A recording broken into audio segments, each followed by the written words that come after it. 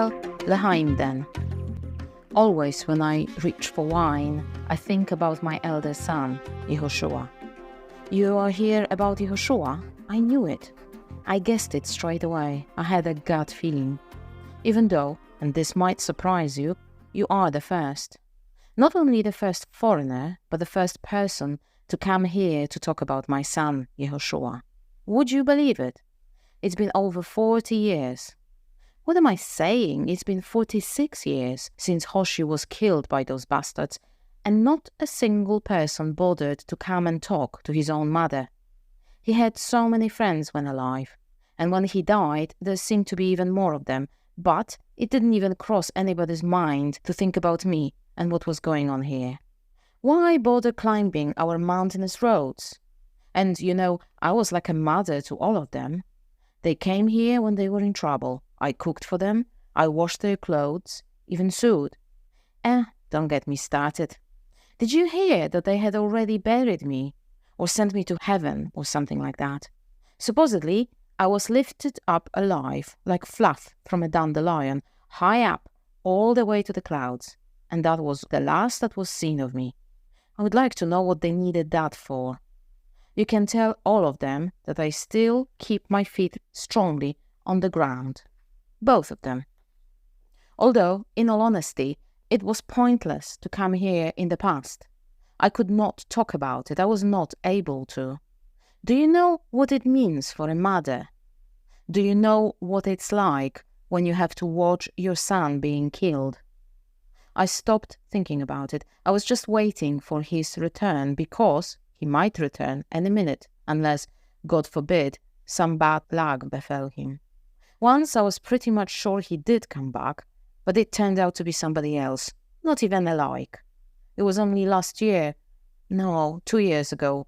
People were talking about the forests of crosses that Titus had put up outside of Jerusalem to hang all who tried to escape from the siege and stop others attempting the same.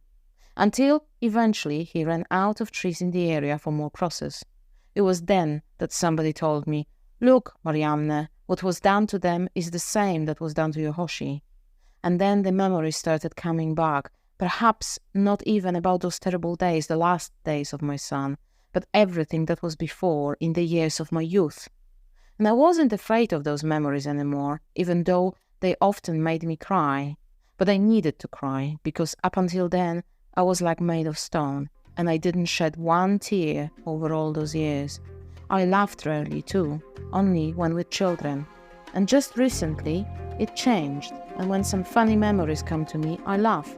So you see, dearie, you're lucky you got here now, not earlier.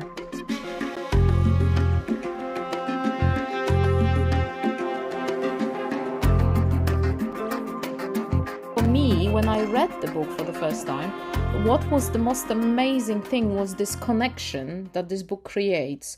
Because I, like pretty much every or almost every person who grew up in Poland, being very Catholic and religious, I knew my Bible. I also studied art history, so I knew my Bible quite well from studying iconography. But I always had this disconnect between the world that is described in the Bible of ancient Israel and the Jewish custom, as little as I know it, but the little bits that I do know, in more contemporary times. And suddenly Maciej's books cleared that for me, created that connection, that very clear link between ancient Israel and more contemporary Jewish culture. And I found that exhilarating, I have to say, well, as a reader, and then as a translator, of course, even more so. Yes, about that, I must say I did my best not to commit any drastic anachronisms. But, of course, I'm aiming the book to contemporary readers. And I want them to suddenly realize while reading that Jesus, as well as all the people around him, were simply Jews. So they, for example, must have had the Jewish sense of humor and Jewish hypersensitivities. They must have sanctified Shabbat and celebrated Jewish festivals, more or less the way we do for centuries, with all the possible diversity of variants, both now and long ago.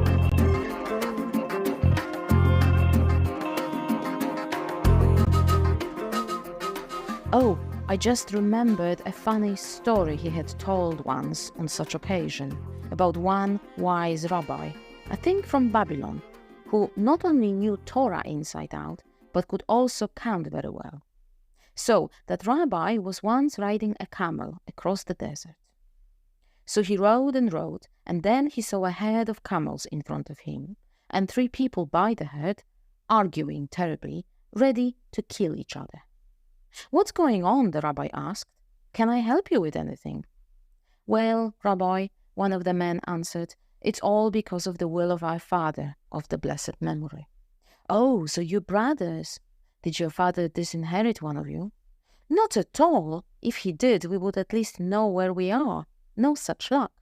Rabbi, listen what the issue is. Our dad left us this here camels in his will, and he wrote that I, as the eldest, am to take half of the herd, my younger brother a third, and the youngest a ninth." "Well, a deceased person's wish needs to be respected," Rabbi said with conviction. "We would like that very much," the eldest brother replied. "But how are we to divide those camels, since there are 17 of them?" "Ah, indeed," the rabbi smiled. 17 is a prime number. "So let's add my camel to your 17. "Oh, that's very noble of you, Rabbi," the brothers shouted, and started eagerly dividing the 18 camels between them. A half, 9 camels, were taken by the eldest brother. A third, 6 camels, by the middle brother. The youngest one, as per the will, had to settle for just 2 camels, a ninth of 18. When they divided everything, they saw that there was 1 camel left unassigned. "Oh, who does this camel belong to?" the brothers were worried. "What do you mean, who? It's mine," the rabbi laughed, got on his camel, and rode away. Every time I see people struggling with finding a solution to some life dilemma, I always think about this story, because in such situations, you often stand there helpless until some wise rabbi comes along and gives you this additional camel. But you won't hold it by its bridle even for a second, because it isn't there for you to hold it, just for you to know what to do with your own camels. And the other one still belongs to the rabbi. There were even one more famous rabbi when I was young, whose name was exactly this: Gamaliel. Do you know what that means? My camel is God. Now you understand?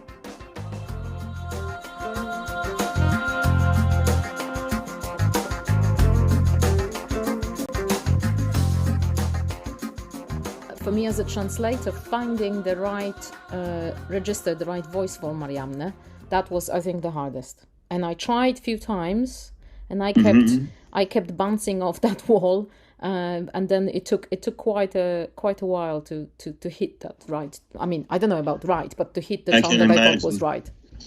Are you able to say how you solved it, or was it a very gradual process? It was a gradual process. It was talking to other people, reading bits out loud, and kind of toing and froing, a lot of toing and froing.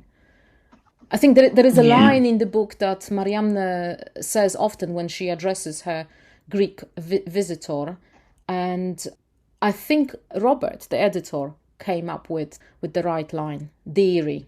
I've had lots of different ideas before that, and it was kind of close but not quite there. And that was, Robert came up with that one, which I think works very well. And it also served as a compensation for some other examples of her amiable, straightforward manner that you had probably had to ignore because they simply didn't have their direct equivalents in English. So the dearie word was a replacement for all of that, and it functioned very well.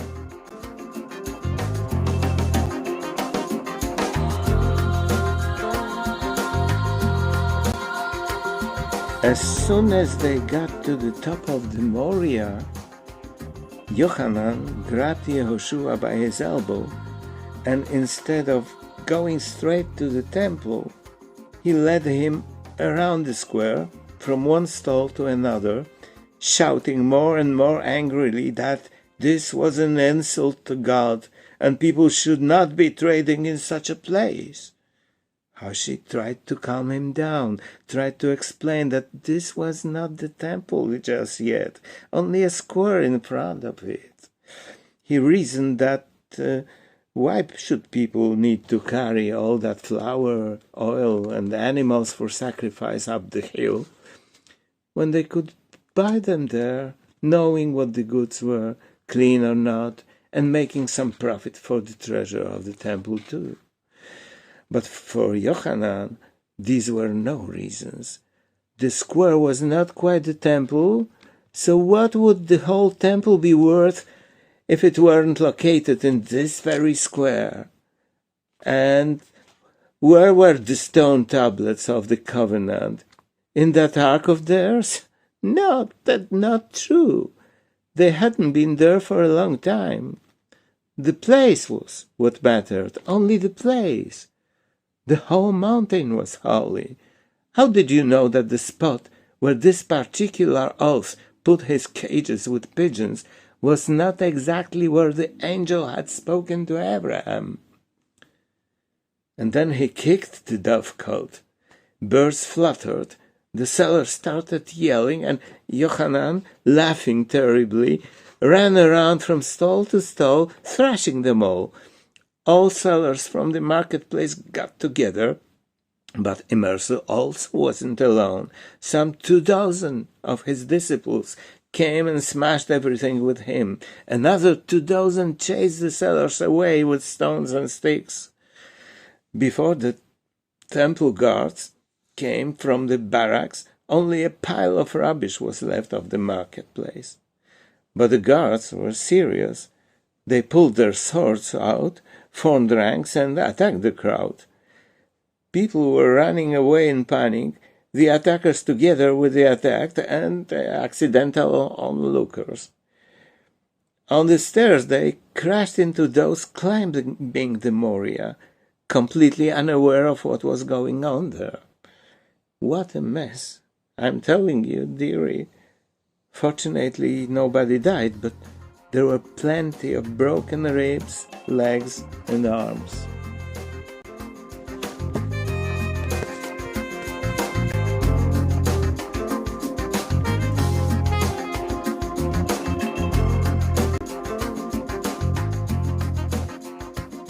How did Mariamne evolve? Did that come quite easily? Did you already have the clear in your head for the stuff?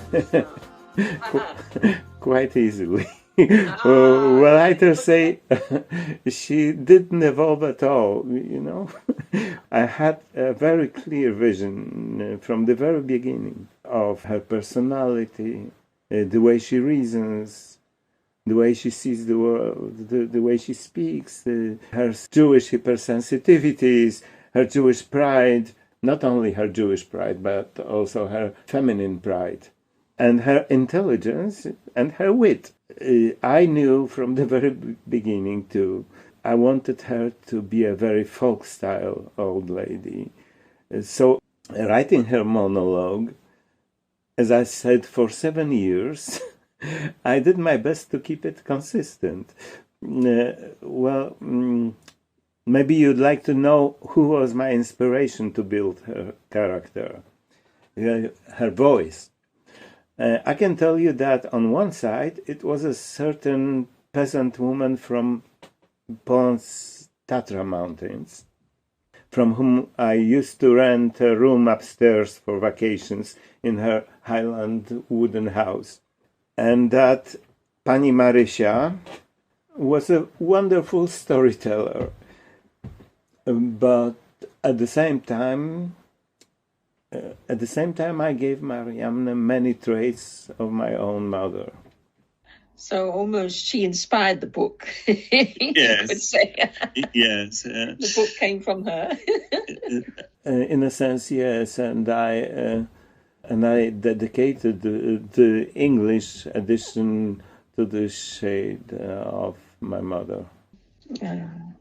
The difficulty was to find a voice that is, because she's a simple woman, she's a peasant woman in ancient Israel, but at the same time she has this natural, like Maciej described her, natural intelligence and wit.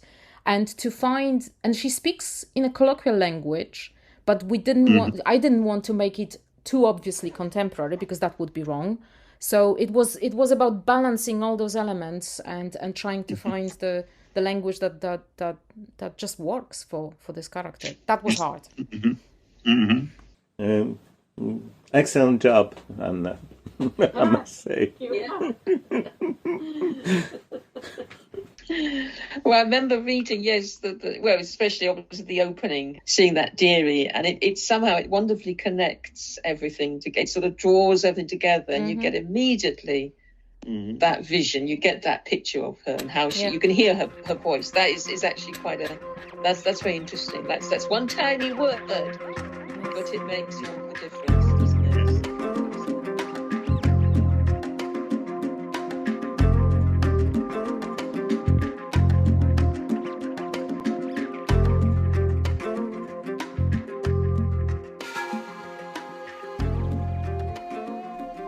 Pesa. Do you know that it used to be my favorite holiday? Nothing mad, it seems. Just a long sit-down at the table filled with prescribed dishes. But there are many things about Pesa that together create this very special, festive atmosphere, different to Shabbat or Yom Kippur or Sukkot. Pesach Seder is set up in such a way that it makes us feel as it is us who are escaping from Egypt, from the Pharaoh's snout. You understand, dearie? It gets to us. After all, we are now enslaved people again. True, they don't force us to build pyramids. But is that what matters the most? Sometimes a slave does better than a free man, but freedom is freedom. I don't think I need to explain this to you.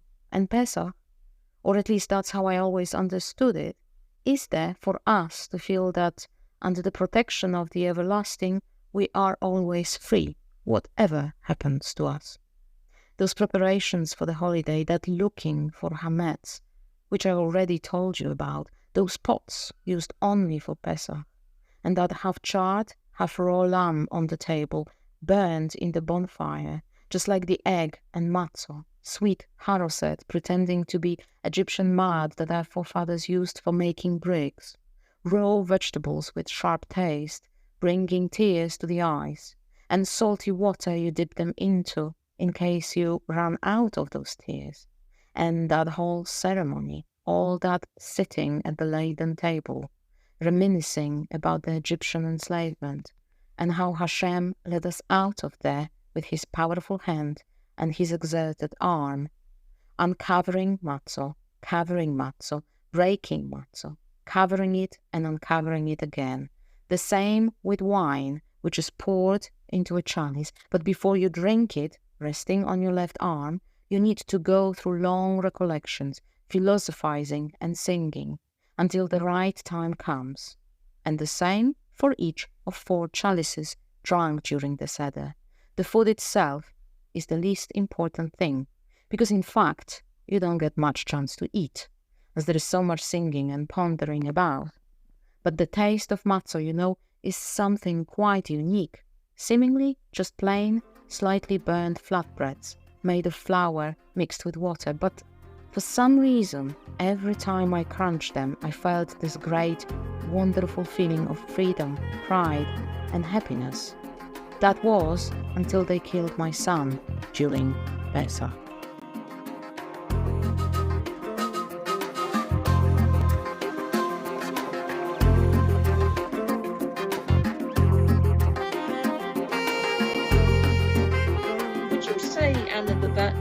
Maybe the longest translation, or how did it work quite fast, or I can't judge that. It was a good process because I am the master of working to deadlines and usually work very late in panic, and then I'm quite effective, but I didn't want to do it. And thankfully, Robert, the editor, made me promise that I'm going to be doing it in monthly chunks. And I was sending him, 3-4 chapters every month. So it was a very good pace. I avoided the deadline panic, which I usually end up in. When I have to add that I do deliver on time, but just about. So I wouldn't say it took me the longest. It was a challenging translation, but because I avoided this last minute panic, when I think of it, I don't think of it as the hardest translation that I've ever done. And thankfully, thanks to Maciej being there and being very helpful and always answering my questions, it was actually a great process to participate in, to be part of. So it was a big challenge, but it was one of those challenges that bring you a lot of joy. And generally, what would you say is the most that you like most about translating? I think it's what happens between the languages and what sometimes is a big puzzle or a difficult conundrum that you have to sort out, you have to solve, and what happens and how those moments when you get stuck and you can't think of a solution, and then a week later you wake up and you think, I have an idea that might work. That is the process. Is really can be exhilarating, can be daunting. If you're translating a bad book, it's the worst experience you can have. Been there, done that. Not on this book. This book was great. So yeah, I think those little bits, when you realize that there are things that are untranslatable, but you still have to find a way, or you have to think of some kind of solution. Either in this place of the text when you stumble upon something, or you have to compensate elsewhere.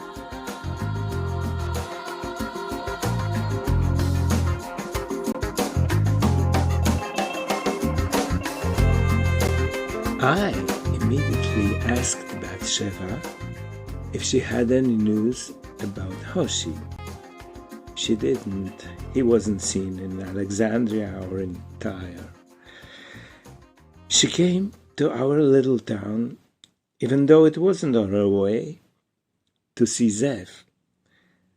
I told her that he had moved away. She was upset, and finally, in big secret, told me she had news about Tamar. Unfortunately, these were not good news. I don't think it will be Lashon Hara if I tell you, because later on she didn't keep it a secret. That is her past. So, Tamar was in some brothel in Tyre. Bathsheba sold them perfumes and fabrics. It was, I don't doubt, an establishment for the most refined clients.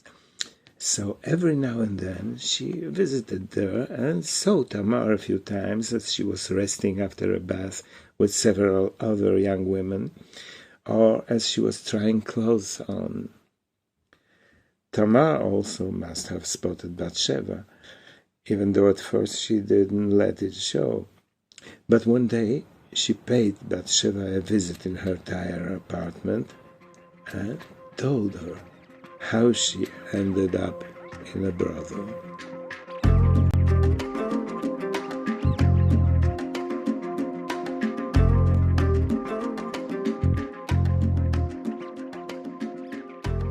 How did you two meet? Was it through the translation, or did you already know each other? Shall we say the truth, Anna? Yes, through a common friend. Another writer who's my girlfriend, just as it happens. And, she recommended me to Anna. Or the other way round, rather, I would say. Recommended me to Maciej, I think. Oh, that's nice. Yeah. I like that. It was... Cool. It was nice. It was an easy process. Sometimes it's not so easy when, when a translator meets the author. I presume the other way around too, but this was nice cooperation. I'm hoping for more. Right. Yeah. We are thinking about the next book, yes. Oh, wonderful. What is the next one about? Can you tell us? Should I tell it? It's 15th, the end of the 15th century story, taking place mostly in Poland. but its main characters are a German girl and an Italian man. The Italian is a real life character. The German girl I made up, but although she's made up, she has her place in history. And the trick is that the girl pretends to be a boy in order to be able to study.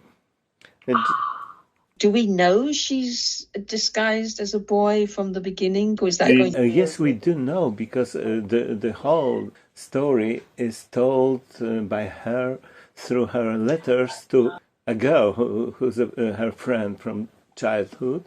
And after many years of silence, she starts to write her letters, because before she had no possibility to send letters, because, you know, it's just the beginning of the postal service. So now she's able to send her messages about her life, and made up for all the years she was silent. Oh, lovely. Oh, that sounds exciting. Yeah. It's a really, really great book. Really interesting. I love it. Oh, you've read it already? Yeah. Yes. Yeah, it came out early this year, didn't it, Maciej? In January, was it? Yeah. In February. Could you remind me of the title? Segretario. It's secretary. In Italian. So do you involve Italian language as well, or is it mostly? A little bit, but you know, just a pinch. Maciej likes Lovely. pinching his books with this language or another, a little bit here, a little bit there. Yes, there's a pinch of ancient Greek, there's a pinch of modern Greek, there's a pinch of Ukrainian. Yes. And quite a pinch of Latin. Oh, so did you have to translate all of those, or you can leave those, can't you, Anna, when you're translating? No, Or what did you agree? I meant it to be understood by the reader without, you know, without footnotes. Yeah, in the way people translate foreign words when talking, or in letters to someone who doesn't understand. But anyway, they quote sometimes in original and right there translated. They're explained in the text in a way. Yes, exactly. Yes. That's what I meant. So, Anna, you were recommended to Maciej. Had you always been a translator, or were you a writer, poet first? Which came first? Poetry and translation, I think maybe poetry started a little bit earlier, but that's like, you know, scribbling when you're a teenager and in high school. And I started translating a very long time ago, about 25 years ago. So proper, serious, published poetry and writing came much later for me. But that was translating English into Polish, because I still translate both ways, but more and more into English. And translating into English is the last maybe 10 years at most, because I've been in this country for about 20 years now. But before it was the other way around, English into Polish. And I actually fell into it by accident, as you do, because a friend of mine who was a translator already at the time, she kind of dragged me, kicking and screaming, into doing a co-translation with her.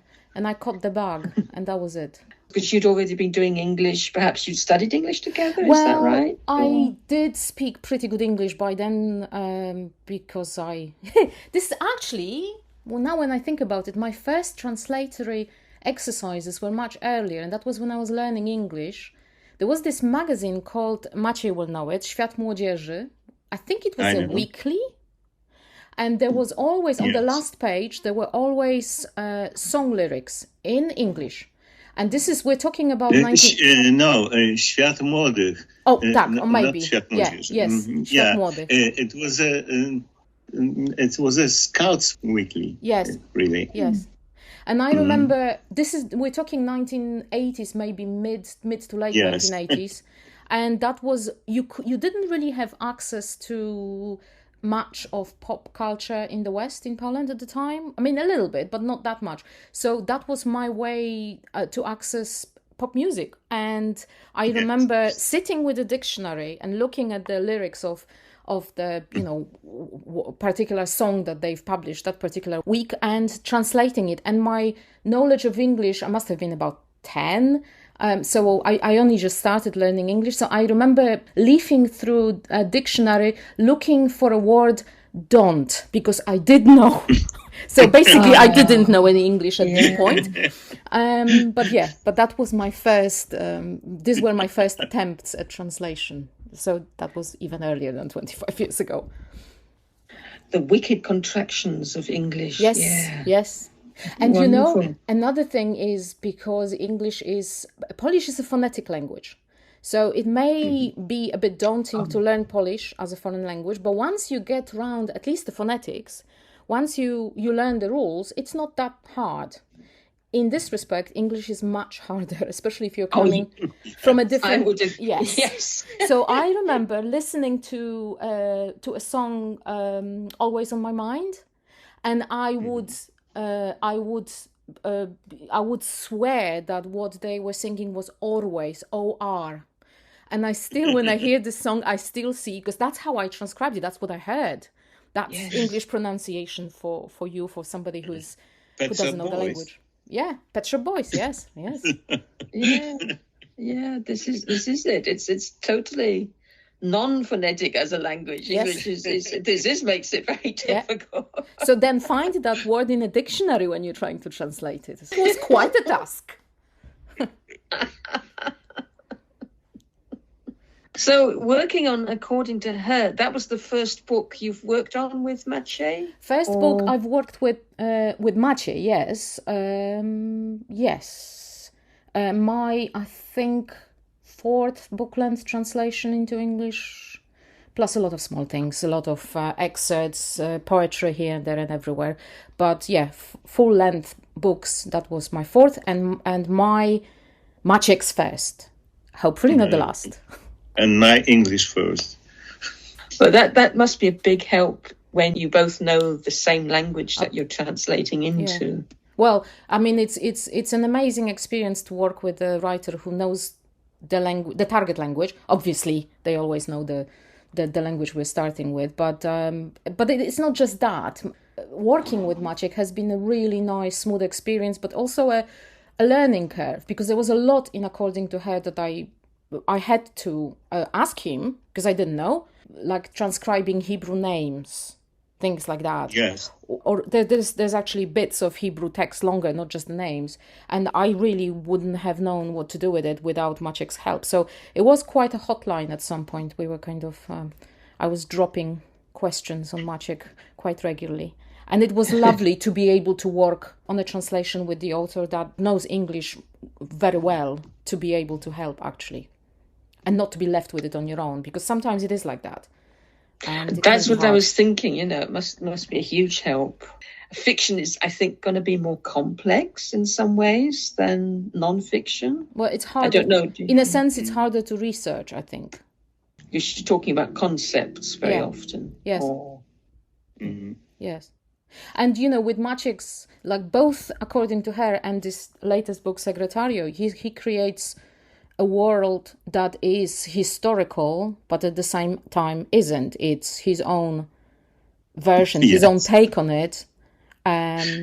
So without the help of the author, I would be scared that I wouldn't be able to hit the right tone, to find the right language, the right register, and basically to read that version of the past correctly on my own. But I need to add here that working with someone like Anna at least doesn't require explaining to her any nuances of my Polish original, because quite simply she knows them without explanation. This is really important. I think that's you're touching on a very sensitive, for me, a very sensitive subject and a big conversation that still goes on in Britain of translators like me who translate into the language that is not their first. because there is this taboo still sometimes appears in conversations between translators and writers that you shouldn't do that. You should only translate into your mother tongue. Yeah, but there must be some exceptions, because there were, and maybe there still are, some authors who did write in languages that were not their native languages, like Joseph Conrad, like Vladimir Nabokov, like Jerzy Kosiński. Yeah, exactly. I would even go as far as to say that there is going to be more and more, or there are already more and more writers and translators, because we live in a world that's more connected, and people move, and people, write and translate into languages that are not their first or not even maybe second. And why wouldn't they be? Because I also think that it's a very, very good creative tool, can be. Because I always think that when I'm translating into English, I am fully aware of the fact that I'm breaking this taboo, that I'm doing something that I'm not supposed to be doing, translating into the language that's not my first. So I am extra aware of every word that I put on page. Probably, at least in some cases, probably more aware than somebody who translates into English and it's their native tongue. They kind of do things on autopilot sometimes. I know, because I do that when I translate into Polish. So why not? I mean, it gives you extra awareness. It gives you... it can be a good creative tool. I mean, more probably in my own writing than in translation, because then I have to stay faithful to the original text, as faithful as I can, of course. So it's not a place for experiments, but yeah, it's. I don't think that it's a taboo that shouldn't be broken. So I do. Yeah.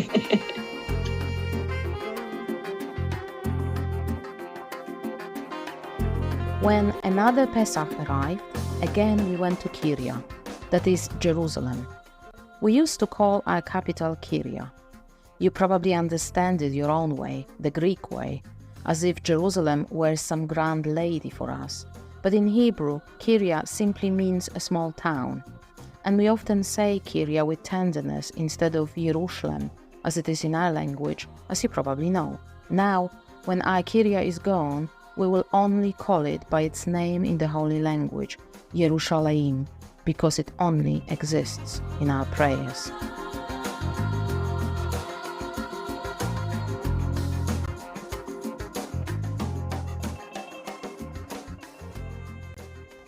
Because you're not only translating, you are writing it with the author, obviously, but you're writing it in another language. It's just like there's two things going on, at least two things, aren't there? Yes. Yes, translating literature is just writing it in another language. And in a sense, I'm not a novelist. I've never written a novel, and I don't think I have that in me. I write shorter bits. But I find translation easier and harder than writing at the same time. Easier because the story is there. I just need to find a way to tap into it. But harder because I'm not free to do whatever I want. Yes. As an author, as a writer. I have to be faithful, or as faithful as I can be. I have some certain duty to the original. So it's also limiting, but not in a negative sense. It's a challenge. And I've read translations in my life when I thought the translator went too far and rewrote the text and wrote their own text. I try to avoid situations like this, if possible. I mean, of course, it depends on the text. It's sometimes there is no way. You have to step aside quite far and go create your own text. But wherever possible, there is this. I always have this sense of responsibility, duty to the original text. But within, the realm of staying as faithful as possible. But of course, it's never going to be one-to-one. It's not possible. It wouldn't work. So creating something else, but something that is a reflection, as close as possible, a reflection. Mm-hmm. Maciej, what did you find working with Anna as a translator? What did you discover in particular? Or did anything strike you in particular? No, it was just a perfect collaboration, and what struck me was her enthusiasm. and the way she did it. I think I can see how good she did it. And so that's what something that was quite a surprise, because usually expect that it's hard to find the right tone.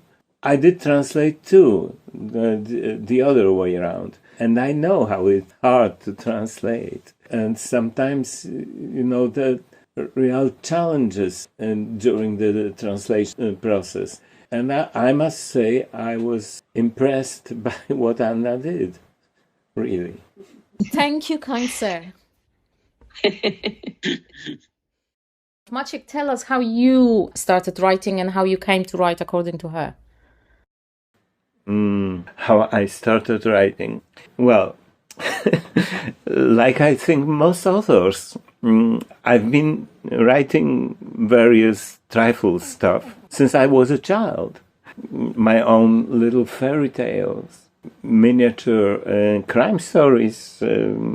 I even remember starting a fantasy novel about myself meeting gods of ancient Greece at night in the Rococo Royal Palace in Warsaw.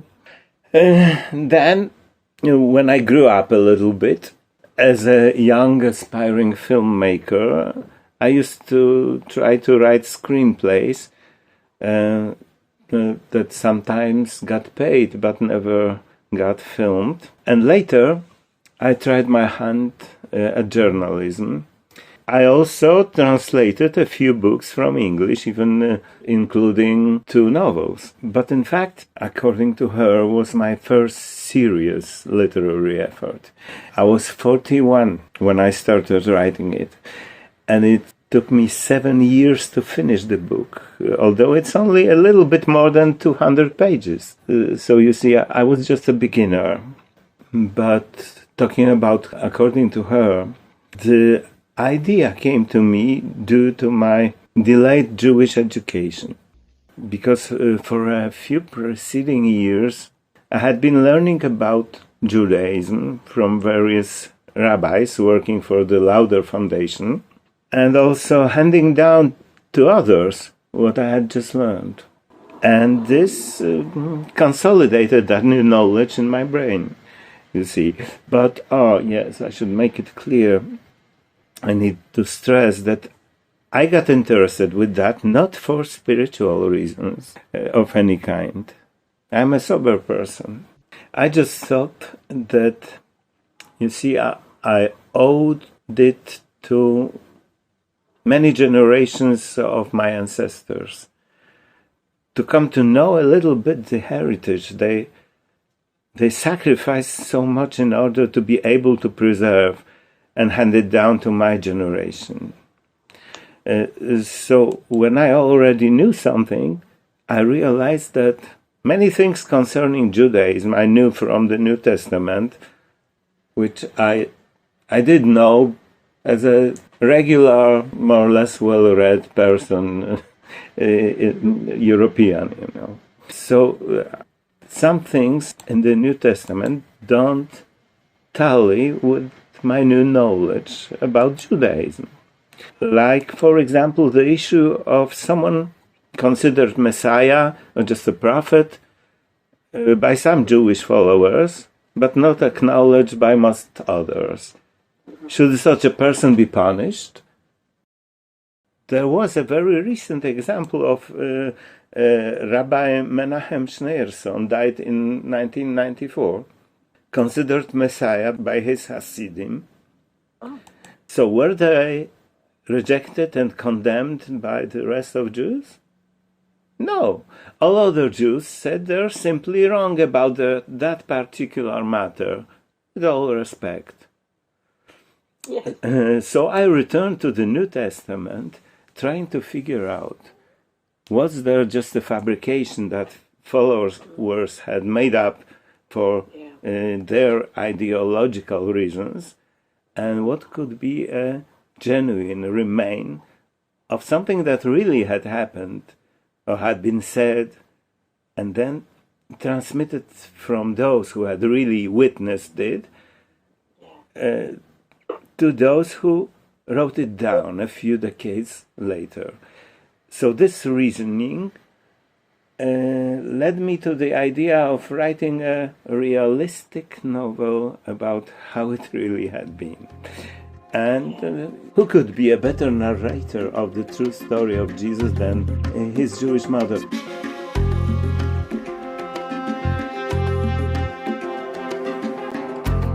So Pilate took the first scroll of Septuagint into his hands and asked again if that was indeed the famous Torah. Then he placed it on the table, rolled out, stopping at randomly selected sections. And he immediately started asking Yehuda difficult questions. He read some verse without paying any attention to what was before and what came after, then demanded explanations. It says here, God created humankind in his own image. In the image of God he created him, male and female he created them. That's right, Yehuda confirmed. So this God of yours is now a goddess? Oh no, your highness, Sikari disagreed lightly. God of Israel, he argued, is not like Roman gods. They are, it seems, similar to people, just bigger and more beautiful. Is that correct? And our God is not like that. Truth is that no man has ever raised his eyes at him. Even Moshe himself. Here, see for yourself. Pilate, slightly irritated, didn't let him change the subject. So what does it mean then in his own image? He asked in a resounding voice, as if drilling his soldiers. If all people are made in God's image, then the emperor surely is too. So why are you bothered by his portrait? Not a complete idiot, this bastard procurator, I shouted when Yehuda was relaying the story to me. And what did you tell him? True, he had me at a loss, Sikari admitted. You see, Mariamne, am I a rabbi to be able to answer every question? But, well, I thought that the honor of Israel was resting on my shoulders. He smiled under his breath. No way, I had to come up with something. So, I told him this. A man makes an oil lamp. What makes it similar to the sun? The light. Of course, you can't compare the light of such lamp to sunlight, but both produce light. But apart from that, the sun is nothing like an oil lamp, right? Well, okay, what of it? Pilate grumbled gloomily.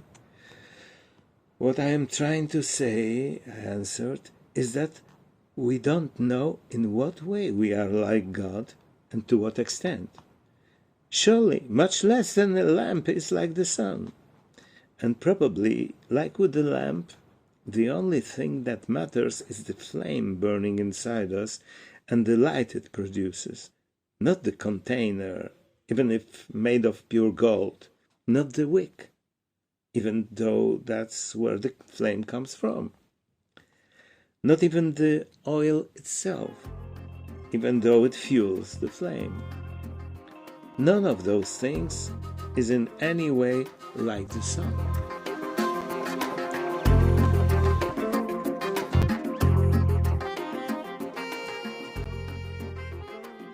I think my favorite bit is that short bit about sapichit, which we don't know what it is, and in the book it's actually explained that we don't know what it is, but there is a whole paragraph about tzapichit. Yeah, yes. Mm-hmm. Yeah, this is true. Nobody knows what tzapichit is. Because at that time, Hebrew was already a lingua mortua, a dead language. For every day, they spoke Aramaic or Judeo-Aramaic, a special kind of Aramaic, which was quite close to other Semitic languages like Hebrew or Arabic, but different. Of course, they studied their scriptures in Hebrew, but meanings of some words they already forgot and didn't know. So the Sapihit is a well-known example of one of those words.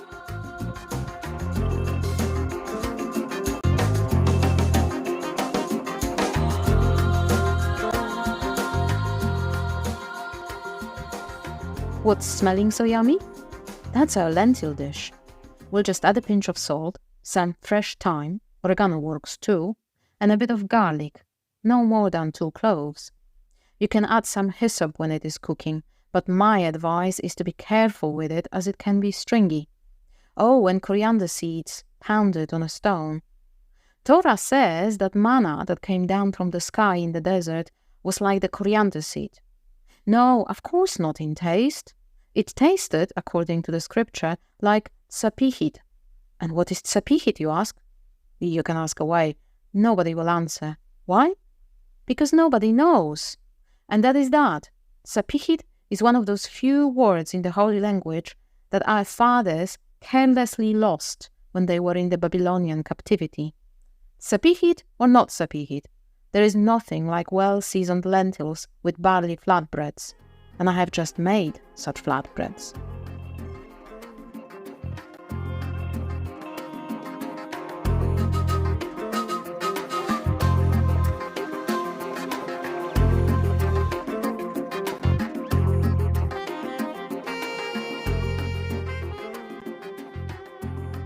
I love that character because there's something so down to earth and also contemporary, strangely, about her.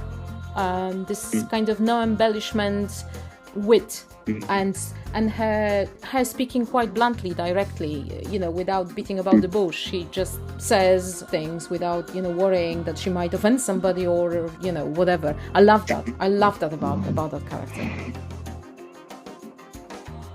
just wanted to say that she's also a brilliant female character, and it's a very feminist book. And kudos to Maciej for writing such a feminist book, which is, to make it harder, takes place in ancient times and in the context of by definition, very patriarchal society and community. So, yeah, that was very refreshing, I have to say.